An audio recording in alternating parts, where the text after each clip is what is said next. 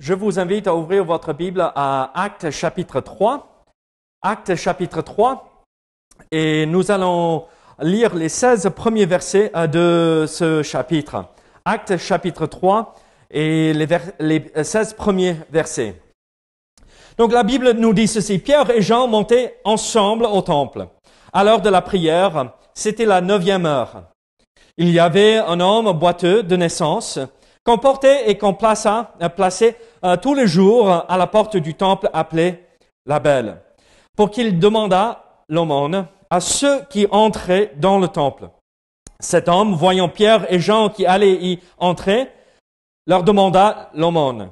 Pierre, de même que Jean, fixa les yeux sur lui et dit « Regarde-nous !» Et il les regardait attentivement, s'attendant à recevoir d'eux quelque chose.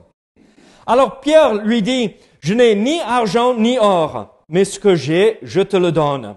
Au nom de Jésus-Christ de Nazareth, lève-toi et marche. » Et le prenant par la main droite, il le fit lever.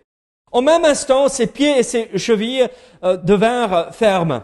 D'un saut, il fut debout, et il se mit à marcher. Il entra avec eux dans le temple, marchant, sautant et louant Dieu.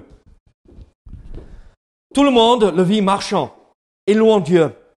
Il reconnaissait que c'était celui qui était assis à la belle porte du temple pour demander l'aumône. Et ils furent remplis d'étonnement et de surprise au sujet de ce qui lui était arrivé.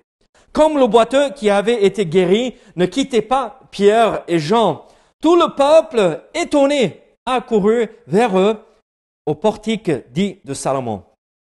Pierre, voyant cela, dit au peuple, « Hommes israélites, pourquoi vous étonnez-vous de cela? Pourquoi avez-vous les regards fixés sur nous comme si c'était par notre propre puissance ou par notre piété que nous eussions fait marcher cet homme?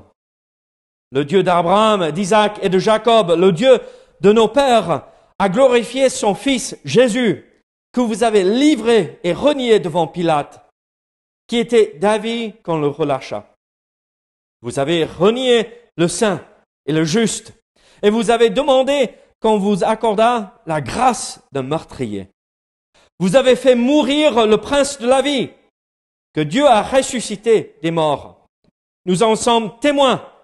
C'est par la foi en son nom que son nom a raffermi celui que vous voyez et que vous connaissez. C'est la foi en lui qui a donné à cet homme cette entière guérison en présence de vous tous. Prions ensemble. Seigneur, sois avec nous ce matin. Aide-nous à comprendre ce que tu veux nous enseigner, veux nous montrer ici à travers ce récit si merveilleux, ce premier miracle de guérison, Seigneur, de l'Église, au sein de l'Église, ce miracle que tu as accompli pour faire quelque chose de merveilleux, pour attirer plus de monde à toi, Seigneur. Seigneur, tu es un bon Dieu, et Seigneur, tu es toujours le Dieu de miracles, et nous le croyons fermement. Et Seigneur, oui, peut-être les méthodes ont changé, la façon que tu agis a changé depuis l'époque, mais tu es toujours ce Dieu tout-puissant qui peut intervenir. Mais Seigneur, très souvent, tu t'attends à voir des serviteurs et des servantes prêts à te suivre, prêts à tendre la main vers les autres afin que tu accomplisses quelque chose de merveilleux. Au nom de Jésus. Amen. Là, ici, dans ce récit, nous voyons quelque chose de très, très extraordinaire. En fait, on voit un miracle qui s'accomplit avec Pierre et Jean qui montaient au temple. Et on voit comment la lumière et la puissance de Dieu a éclaté dans ce lieu-là, juste devant l'entrée du temple. Et en fait, ce que nous voyons ici, c'est l'obscurité qui a été vaincue par la lumière. L'obscurité dans l'homme boiteux, l'homme infirme, l'obscurité dans le sens, les conséquences, la raison pour laquelle il était boiteux, c'était à cause du péché et à la malédiction qui est tombée sur nous tous pas forcément son péché parce qu'il est né de cette façon, mais le péché général, le péché qui nous atteint tous. Et donc, il subissait les conséquences de ce mal qui règne dans ce monde. Et alors, le pauvre, là, il est dans la souffrance. Chaque jour, il doit demander de l'aumône, il doit demander de l'argent à ceux qui passaient et rentraient dans le temple. Et c'est triste. Et c'est l'obscurité que nous voyons là. Mais nous voyons aussi la lumière dans la puissance du nom de Jésus-Christ qui l'a guéri. Et vous savez, ça nous fait penser à ce que nous vivons aussi, n'est-ce pas? Nous sommes entourés par l'obscurité et le noir dans ce monde. Mais à nous de briller comme ce phare pour l'Évangile et le proclamer dans le monde entier. Quand je dis la ville lumière, je parle de quelle ville? Okay, j'allais dire, mais mince alors, on est en France. Vous devriez tous dire à haute voix instantanément, mais Paris, la ville de Paris, cette belle ville Paris. Je ne sais pas si vous connaissez pourquoi, pour quelle raison on l'a nommée la ville lumière. Voyons si vous avez une bonne culture. Pourquoi? Ne permettez pas qu'un Américain vous dise votre histoire.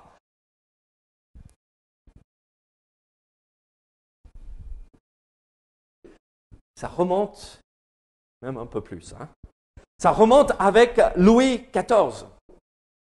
Après une longue période de guerre et de problèmes ici en France, Louis XIV voulait redonner confiance au peuple français avec les Parisiens. Et en fait, il voulait que l'ordre public et la loi soient rétablis en Paris parce qu'il y avait un peu de tout qui se passait là. Et donc, en fait, le 15 mars 1667, il a établi qui? Gabriel Nicolas de la Fénie comme le premier lieutenant général de la police de Paris. Et donc là, cet homme, il a voulu établir l'ordre public et il y avait des cambriolages, il y avait de tout à Paris à ce moment-là. Et donc cet homme, en fait, il est aussi connu comme le père de la police juridique ici en France. Et c'est un homme assez connu. Et qu'est-ce qu'il a fait pour mettre les rues en sûreté? Il a mis des lanternes sur chaque coin de la rue, partout à Paris. Et même dans les petites ruelles, nous, on est la rue brisée. On a une lampe qui brille la nuit, là, juste au bout. Pourquoi? Parce qu'on veut éclairer, parce que les hommes méchants préfèrent les ténèbres, n'est-ce pas? Parce qu'ils se cachent dans les ténèbres, dans l'obscurité. Et donc, pour mettre le peuple à Paris en sûreté, il fallait que la ville brille de lumière. Et donc, ils avaient même appelé au peuple, aux gens de Paris, de mettre des bougies, des lampes dans les fenêtres pour que ça éclaire, pour que les gens ne puissent pas se cacher dans l'obscurité et dans le noir. Et alors, c'est ce qui s'est passé. Et il avait augmenté le nombre de policiers par 4, même à Paris. C'était un grand changement.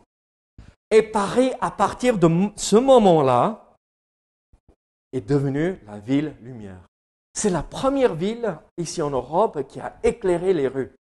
C'est la première ville au monde qui avait mis tout cela en place parce que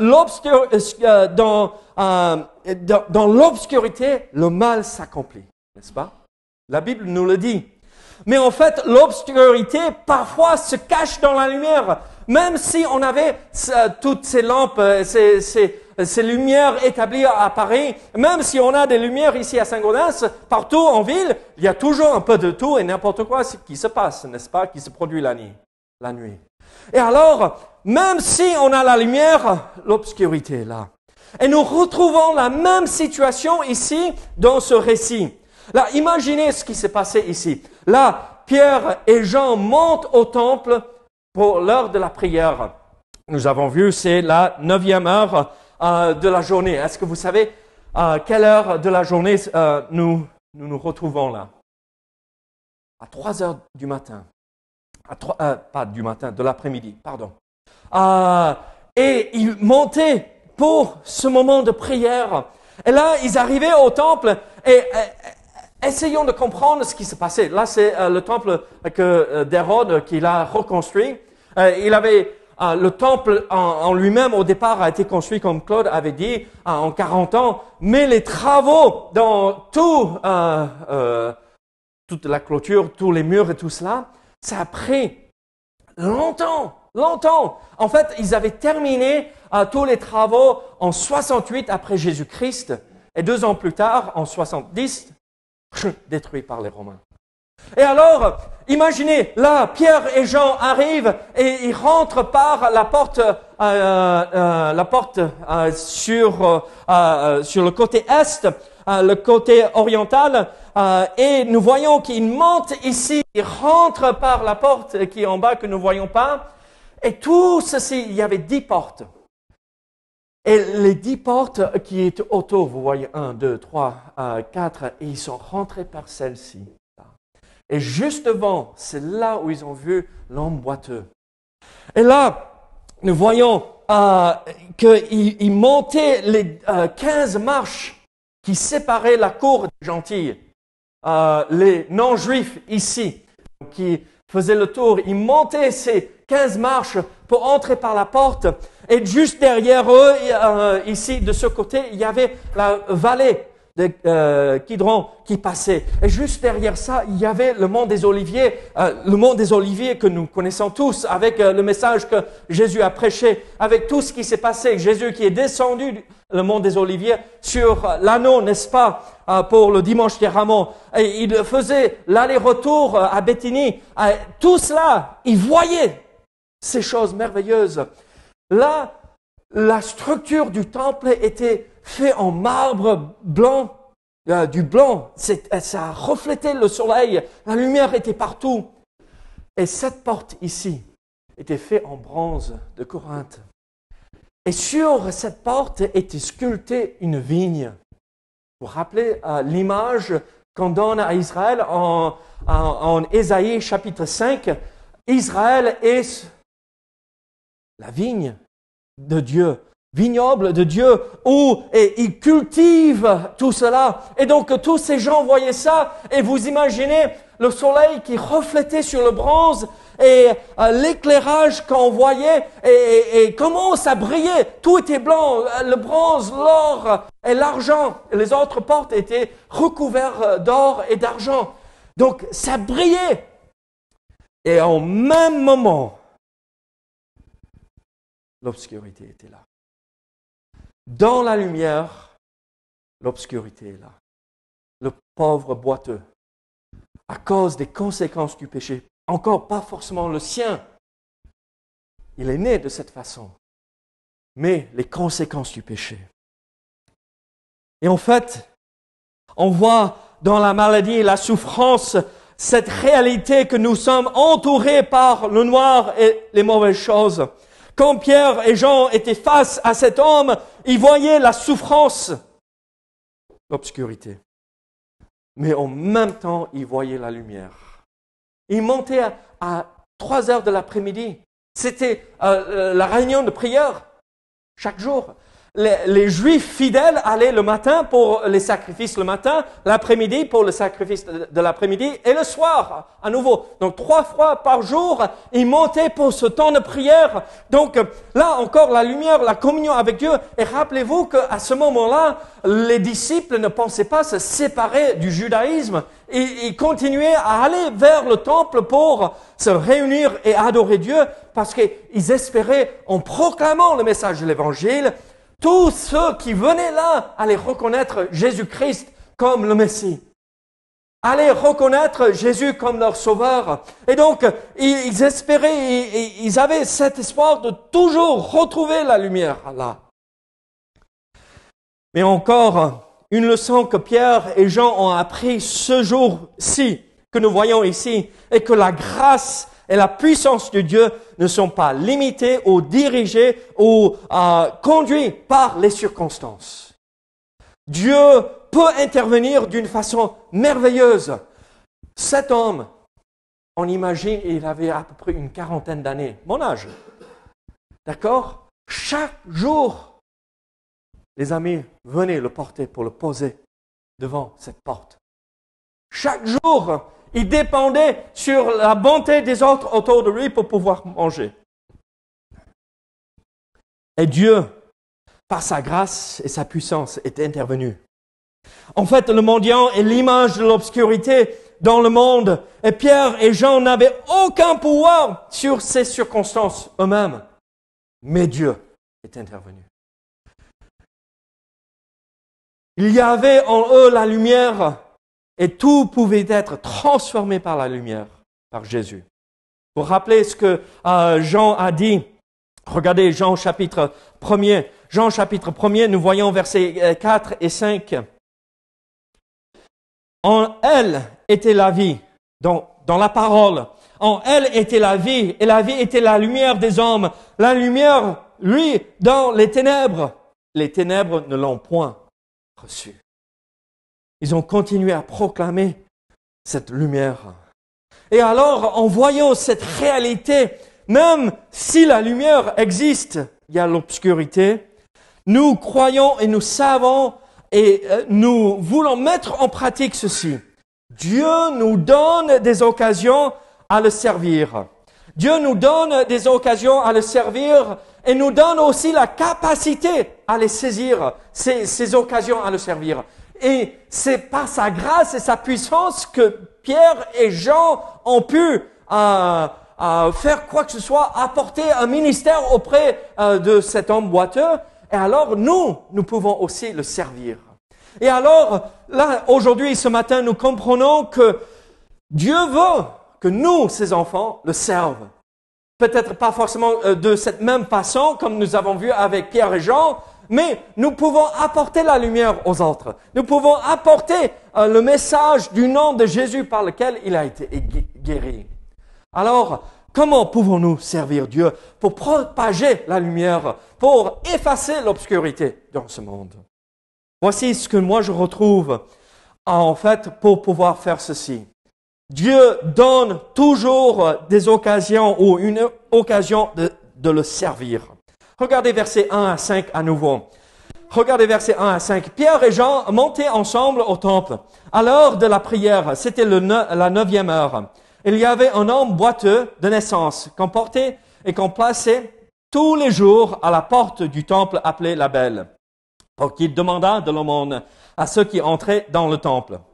Cet homme, voyant Pierre et Jean qui allaient y entrer, leur demanda l'aumône. Pierre, de même que Jean, fixa les yeux sur lui et dit « Regarde-nous !» Et il les regardait attentivement, s'attendant à recevoir d'eux quelque chose. Alors, voici comment faire luire la lumière dans ce monde d'obscurité. Dieu nous donne des occasions de servir, des occasions à s'impliquer dans le service pour le Seigneur. Pourquoi Dieu lui a donné cette occasion? Parce que Pierre et Jean étaient au bon endroit et au bon moment. Au 9e heure. À la 9e heure, pardon. Le moment de prière. C'était un moment où il allait chercher la face de Dieu. C'est un moment où ils allaient se mettre à genoux dans la présence de Dieu pour prier. Et ça montre cette communion qu'ils avaient avec le Seigneur. Et c'est à ce moment-là, à cet endroit-là, que Dieu a dit, je peux me servir d'eux pour accomplir quelque chose de merveilleux. Vous voulez que Dieu vous donne des occasions à le servir? Alors, soyez au bon moment, au bon endroit. L'endroit, c'est le moment de communion avec Dieu tout le temps.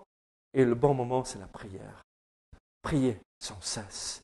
Pourquoi Dieu a donné cette occasion à Pierre et à Jean? Parce qu'ils étaient là. Ils étaient prêts à le servir. Ils étaient prêts à le suivre. Ils étaient en communion avec lui. Mais aussi, pourquoi Dieu leur a donné cette occasion de le servir? Parce que Dieu avait préparé ceci d'avance. il l'avait mis en place bien avant. Regardez versets 2 et 3. Il y avait un homme boiteux de naissance, qu'on portait et qu'on plaçait tous les jours à la porte du temple appelé la Belle, pour qu'il demandât l'aumône à ceux qui entraient dans le temple. Cet homme, voyant Pierre et Jean qui allaient et entraient, leur demanda l'aumône. Vous imaginez, qu'est-ce que je veux dire par Dieu avait préparé ceci d'avance? Est-ce que Jésus-Christ est entré dans le temple? Oui, il est entré à plusieurs reprises dans le temple. On vient d'entendre avec Claude, il a même purifié le temple, n'est-ce pas? À combien de reprises? Une fois? 2 fois. Il a purifié le temple. Qu'est-ce que nous voyons ici? Cet homme était là tous les jours. Il avait vu Jésus. Vous vous rappelez ce qui s'est passé? Jésus, avant sa crucifixion, il montait dans le temple chaque jour pour enseigner. Cet homme était là pour voir qui c'était. Il était au temple chaque jour, donc il entendait le bruit de cette histoire de cet homme qui faisait ces miracles. Il entendait le bruit de ce qui s'est passé, que, entre guillemets, les disciples ont volé son corps, mais on sait bien qu'on ne peut pas rouler une pierre de plusieurs tonnes pour dérober un corps devant des soldats romains. Il voyait, il entendait tout cela. Et donc Dieu préparait d'avance le terrain pour que cet homme soit prêt à voir la puissance et la grâce de Dieu. Pourquoi Dieu a donné cette occasion à Pierre et à Jean à le servir? Parce que Pierre et Jean étaient prêts à le faire. Ils avaient déjà donné et consacré leur vie au service de Dieu. Regardez ce qu'ils ont dit en versets 4 et 5. Pierre, de même que Jean, fixa les yeux sur lui et dit, regardez-nous, regarde-nous. Et il les regardait attentivement, s'attendant à recevoir de quelque chose. Imaginez ce qui s'est passé là. Là, quand j'habitais en Floride, on avait beaucoup de gens qui venaient l'hiver, des SDF, des gens sans domicile, parce qu'il faisait bon. On ne connaissait pas le froid. En Floride, il fait bon. Et donc, on avait beaucoup de gens qui descendaient dans le sud et ils faisaient la manche. Et ils vivaient de cela. Et vous savez, on avait, sur chaque coin de la rue, on avait ces gens-là. Et à un moment donné, vous savez, on ne porte plus de pièces et de l'argent, parce que on peut tout donner d'un coup dans une seule journée, juste en faisant le centre-ville rapidement, et on n'a plus rien quand on donne aux gens. Et là, ils ont une sensibilité, ils discernent vraiment facilement qui va donner, qui ne va pas donner. Et c'est la même chose, cet homme, pendant une vingtaine d'années, chaque jour, il savait qui allait s'arrêter pour lui donner. Et il savait qui n'allait pas donner. Et donc, il demandait à chaque personne, donne aumône. Et Pierre et Jean s'arrêtent. Et qu'est-ce qu'il fait? Hé, Paul, regarde-moi. Mais pourquoi Pierre et Jean ont demandé à cet homme, mais regarde-moi. Mais il vient de leur parler, n'est-ce pas? Il vient de dire, donnez-moi quelque chose, aumône. Mais pourquoi doit-il attirer son attention? Parce que déjà son œil est vers ceux derrière Pierre et Jean pour voir qui vient derrière. Parce que peut-être ils ne vont pas me donner. Donc il cherche là une autre cible. Et Pierre et Jean attirent son attention, ils sont prêts, ils sont disposés à être des outils dans la main de Dieu. Et l'homme, il me parle. Hey, Paul, je vais te donner quelque chose. Qu'est-ce que tu vas faire? Tu vas me regarder, n'est-ce pas? Tu ne vas pas regarder à Mélodie ou à quelqu'un d'autre. Hey, Paul, regarde-moi. J'ai quelque chose à te donner. Non, tu vas me regarder. Et il dit, ouais, enfin. peut-être je vais pouvoir manger aujourd'hui. Et là, nous voyons que Pierre et Jean sont prêts à servir. Vous voulez que Dieu vous donne des occasions à le servir? Soyez au bon endroit, au bon moment avec Dieu. Suivez-le. Comprenez que Dieu prépare le chemin et prépare le terrain devant vous. Et quand vous voyez l'occasion, soyez prêts à le servir. Mais nous voyons la suite de cette histoire. Nous voyons ceci dans les versets 6 à 10. Nous voyons la puissance pour servir. Regardez ce que la Bible nous dit dans les versets 6 à 10. Alors Pierre lui dit, « Je n'ai ni argent ni or, mais ce que j'ai, je te le donne. Au nom de Jésus-Christ de Nazareth, lève-toi et marche. » Et le prenant par la main droite, il le fit lever. Au même instant, ses pieds et ses chevilles devinrent fermes. D'un saut, il fut debout et il se mit à marcher. Il entra avec eux dans le temple, marchant, sautant et louant Dieu. Tout le monde le vit marchant et louant Dieu. Il reconnaissait que c'était celui qui était assis à la belle porte du temple pour demander l'aumône. Et ils furent remplis d'étonnement et de surprise au sujet de ce qui lui était arrivé. Qu'est-ce que nous voyons ici? Nous voyons la puissance pour servir et nous voyons que Dieu intervient dans cette situation d'une façon magnifique. Et cette puissance se trouve dans le nom de Jésus. Pierre et Jean n'ont pas dit « je t'ordonne, moi, lève-toi ». Pierre et Jean n'ont pas dit « par mon nom et par mon autorité, lève-toi ». Ils ont dit par le nom de Jésus, lève-toi et marche. Et alors, la puissance vient pour servir toujours de Dieu et pas de nous-mêmes. Il ne faut pas compter sur nous et nos capacités, il faut regarder toujours à Dieu afin d'accomplir le service et le ministère que Dieu nous confie. Alors, mes amis, vous, est-ce que vous voulez servir Dieu? Oui, j'espère que vous pouvez tous dire oui. Mais est-ce que vous le faites par votre propre force ou par la force que Dieu vous donne, par la puissance qu'il vous donne, par le nom de Jésus?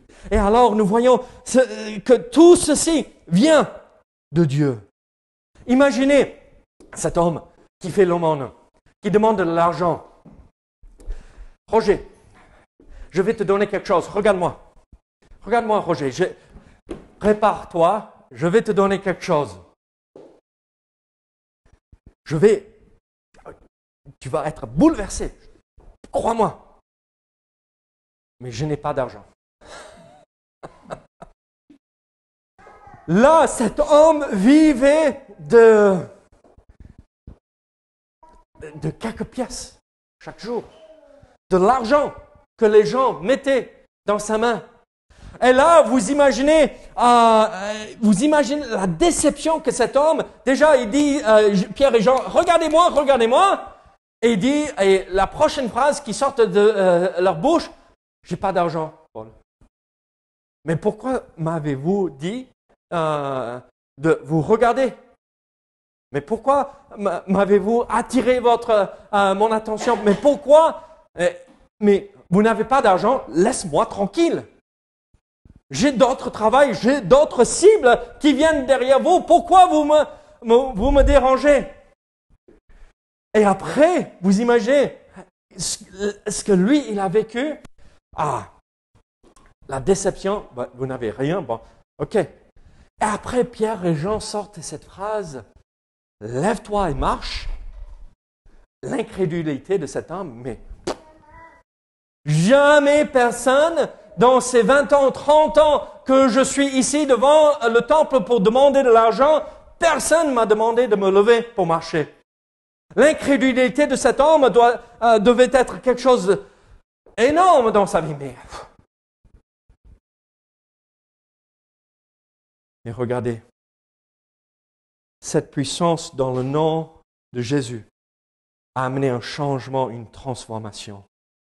Une transformation dans le sens où nous voyons une guérison, versets 7 et 8, une guérison physique. Regardez versets 7 et 8. Et le prenant par la main droite, il le fit lever. Au même instant, ses pieds et ses chevilles devinrent fermes. D'un saut, il fut debout et se mit à marcher. Il entra avec eux dans le temple, marchant, sautant et louant Dieu. Mais il y avait cette guérison physique. Mais en fait, la guérison qui était même plus importante, c'était cette guérison que nous retrouvons dans le verset 16. Regardez ce que nous voyons dans le verset 16 de ce chapitre. C'est par la foi en son nom que son nom a raffermi celui que vous voyez et connaissez. C'est la foi en lui qui a donné à cet homme cette entière guérison en présence de vous tous. Il y avait cette transformation et ce miracle dans la guérison physique. Cet homme a pu marcher pour la première fois de sa vie. Mais il y avait une guérison spirituelle qui s'est produite dans le cœur de cet homme. Et cette guérison était même plus importante que la guérison physique, où il a mis sa foi en Jésus-Christ comme sauveur. Rappelez-vous, comme je vous avais dit, cet homme connaissait Jésus. Pas peut-être personnellement, mais il connaissait de qui on parlait quand on parlait de Jésus.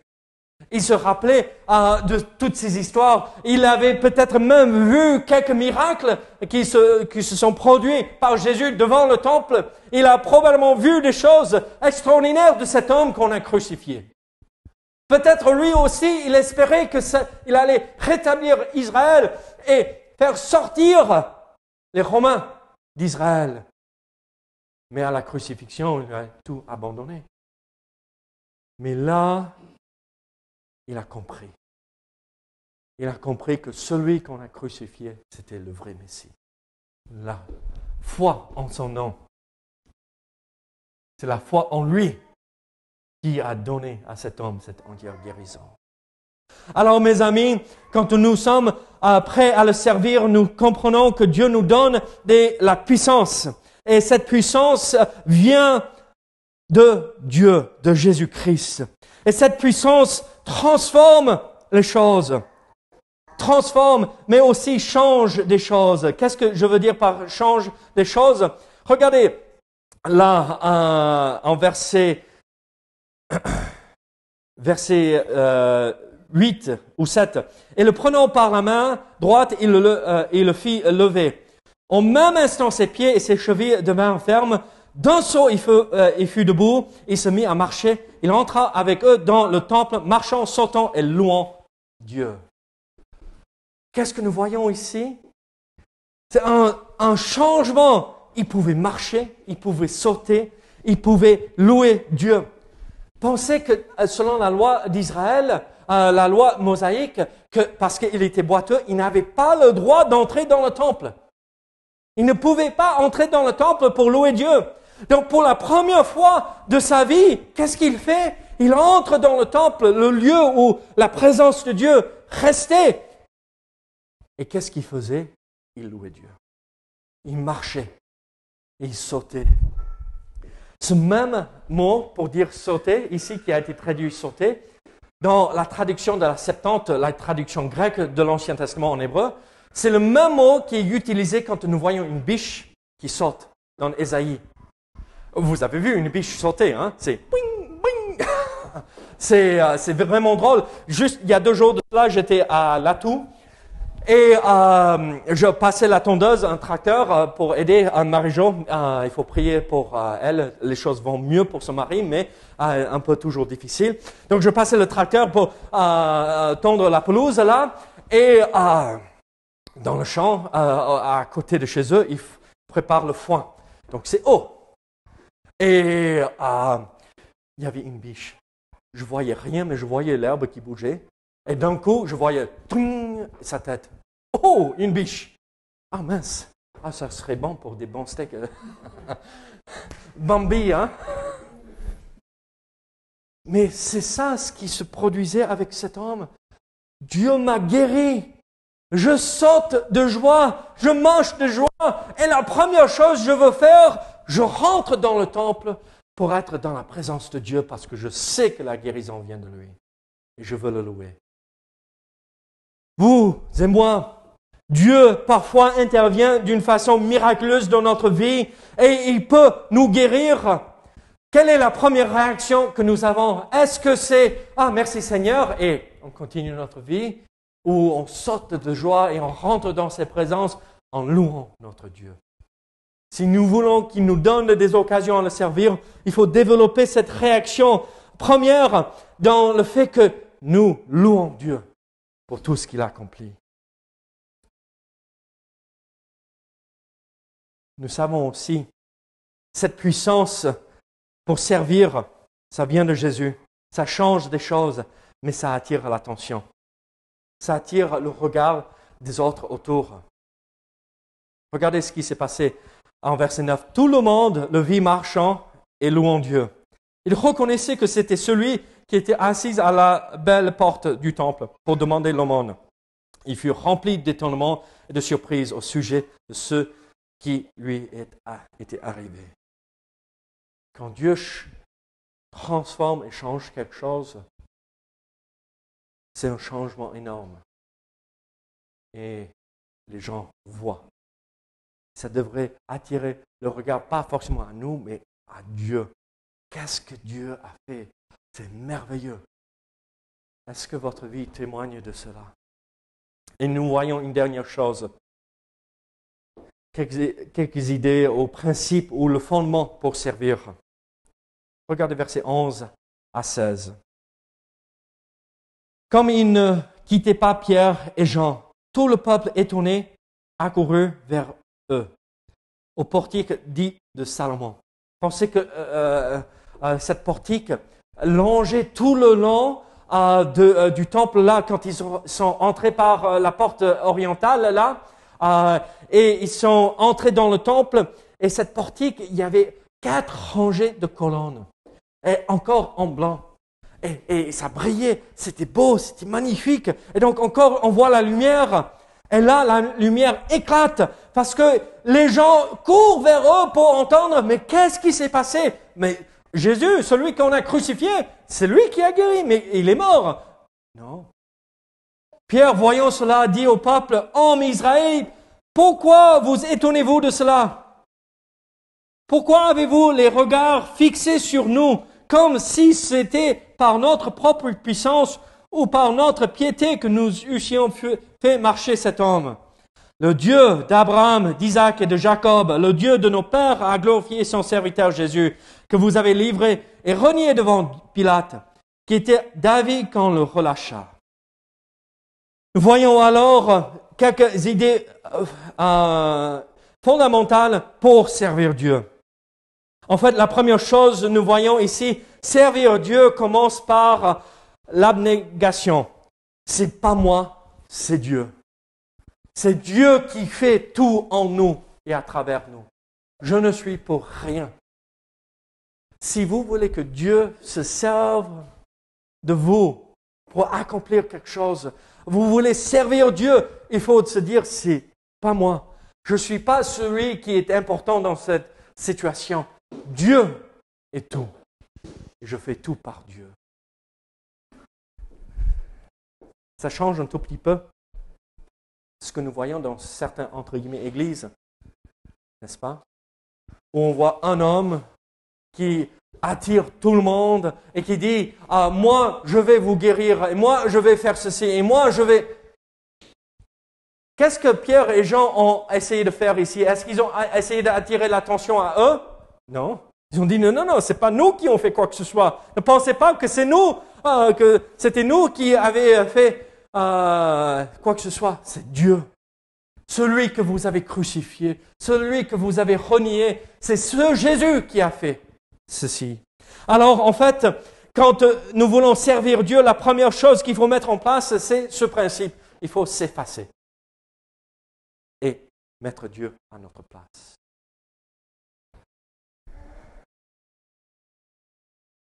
Claude a lu dans Jean chapitre 3, pas mal, et je vais vous lire encore un autre verset. Jean chapitre 3, verset 30.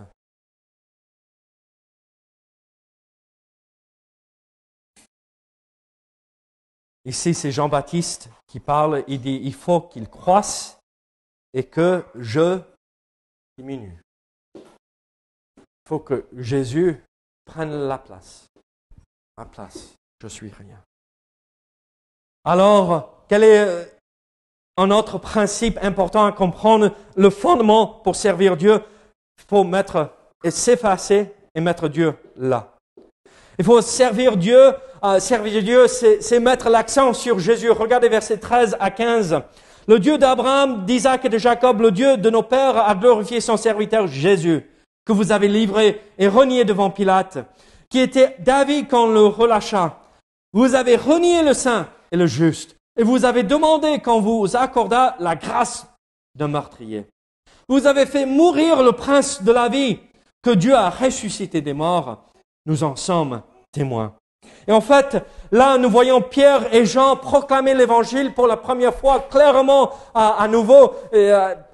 À Pentecôte, il y avait la proclamation de l'Évangile, mais à nouveau très précis, dans 2-3 phrases, nous avons l'Évangile. Le juste, le saint, vous l'avez tué.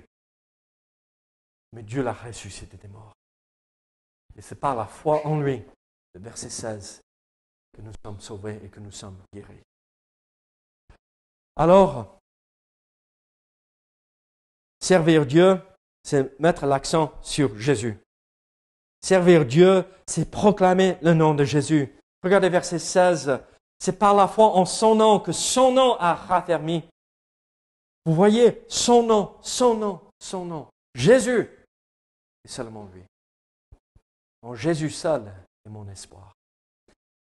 Luc utilise cette phrase ou quelque chose comme cette phrase en son nom 33 fois dans ce livre.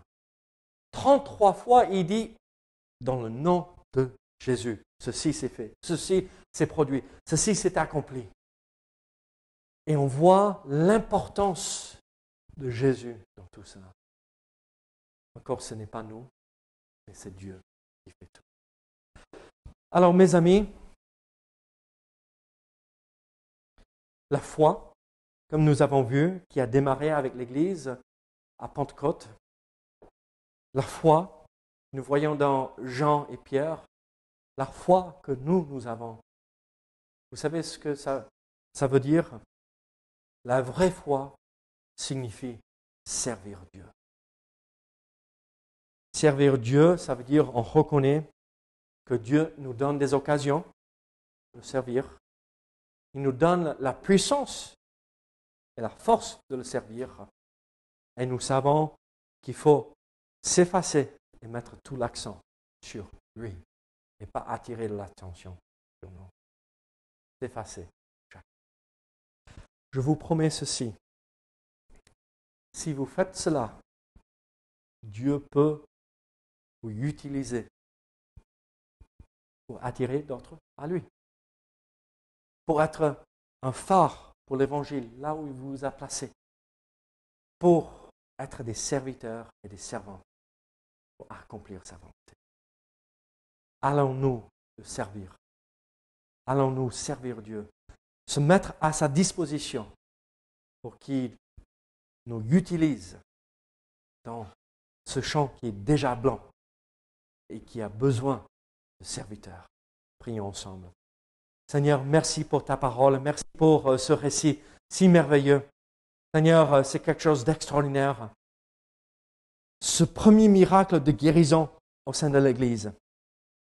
Et par la suite, nous voyons cette proclamation du nom de Jésus. Jésus et la foi en Jésus a tout changé. La lumière a vaincu l'obscurité et le noir. Donc, Seigneur, merci pour cela. Seigneur, c'est la même chose que nous pouvons vivre dans notre vie. Nous pouvons propager la lumière en te servant. Donc, Seigneur, aide-nous à te servir. Au nom de Jésus. Amen.